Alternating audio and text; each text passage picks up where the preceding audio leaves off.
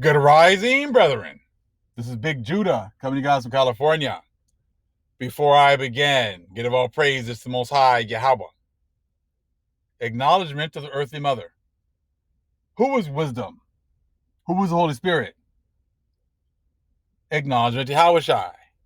I pray the Most High blesses this lesson this evening, gives more knowledge and understanding of the events of the past, in order to understand the events that are currently happening on the earth, so we get a much better understanding of the things that are soon to come on the earth.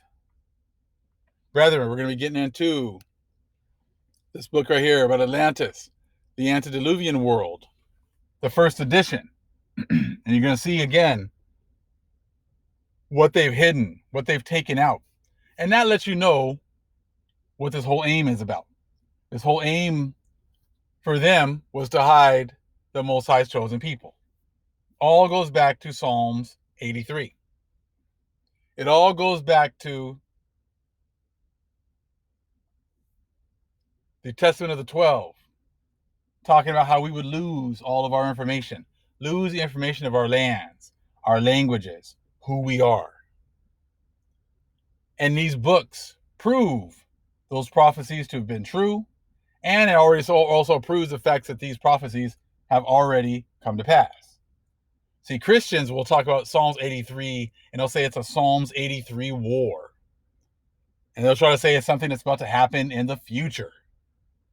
How they're all going to come against Ish over there in the so-called Middle East.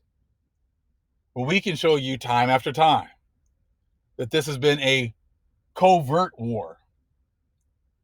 And what they've been doing is extracting information from these books that points to us being the people in these lands before the Gentiles were brought over here. So I'm just going to read a little bit. Talking about navigation. Hold on. Okay. Navigation. Sailing vessels were known to the Peruvians and the Central Americans. No. Only Esau had, boats. These other people have just been stuck over here in these lands in the Americas the whole time. They never had any boats. That's what they wanted us to believe. Again, navigation. Sailing vessels were known to the Peruvians and the Central Americans. Columbus met in 1502 at an island near Honduras a party of Mayas, in a large vessel equipped with sails and loaded with a variety of textile fabrics and of diverse colors. Wait a minute. Are you trying to say that Columbus met the Mayas here that had huge ships and they didn't tell you? They kept that a secret? Oh, well, of course they would do that, because that didn't fit the whole narrative of butt naked Indians running around, not knowing anything, and being technologically inferior to the Europeans. So let's make sure we erase all that information. Leave that out. And of course, this is not going to be probably in the other book. This is what they've been trying to hide the entire time.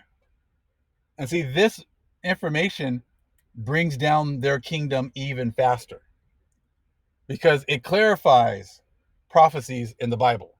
It clarifies Psalms 83, their actions of hiding this information. Shows you that their breakdown of Psalms 83 being a future war, it shows that they're absolutely off their rocker and have no idea what our scriptures are talking about. That's what's going on, because like I said, the Most High is revealing that the truth is with the Most High's chosen people, and that the truth is not with these liars that have had our books this whole time and have been manipulating our books and our history this whole time. That's what the Most High is doing with this information right now. So it's not just for your entertainment. It serves a much greater purpose. And the greater purpose is to show that these liars, these Gentiles, have done nothing but lie and cheat and steal and convert truth into lie and lie into truth. And that's all that they do.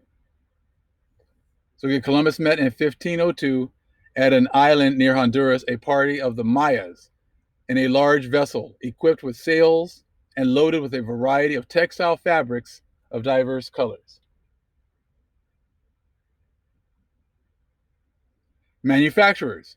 The American nations manufactured woolen and cotton goods. They made pottery as beautiful as the, let's see here, wares of Egypt. They manufactured glass. They engraved gems and precious stones. The Peruvians had such immense numbers of vessels and ornaments of gold that the Inca paid with them a ransom for himself to Pizarro of the value of $15 million. So they had all this gold. They were big balling back then. Music. It has been pointed out that there is a great resemblance between the 5-tone music of the Highland Scotch. Okay, so here we go again, making that connection, okay? The Scots. And that of the Chinese of the Eastern nations. Anthropology, page 292. See all these references to books and pages? That was all taken out of the later versions, okay? Weapons. The weapons of the New World were identically the same as those of the old world. So it shows you that they were already having connections. They're already working with each other, and they're already sharing ideas. See, the thing is that you Europeans were left out of the mix.